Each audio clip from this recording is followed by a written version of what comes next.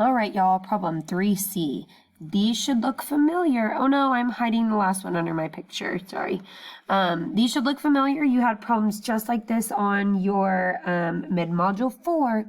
You're gonna find the mystery numbers. Use the place value charts to show how you know. So each of these problems, you're gonna have to find a mystery number. Every single problem on here is talking about the number 29.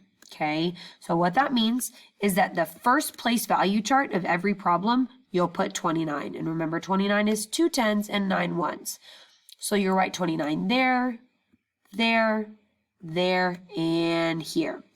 One thing that I did not do for you on this on this slide that I did for you on the last ones is I didn't write on top of the arrow. I want you to do that this time.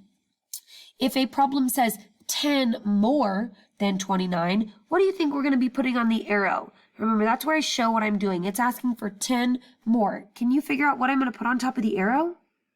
Hopefully you said plus 10, because 10 more, you're getting 10 more, so you're adding 10. 10 less, what would I write on the arrow for that? 10 less.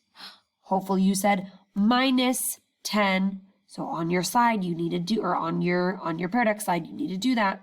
For one more, you would write, hopefully you said plus 1.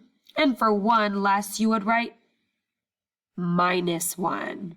Okay, so for each of these problems, find the mystery number. You'll start with 29, and you'll write on top of the arrow, and then write your answer here and here. Good luck.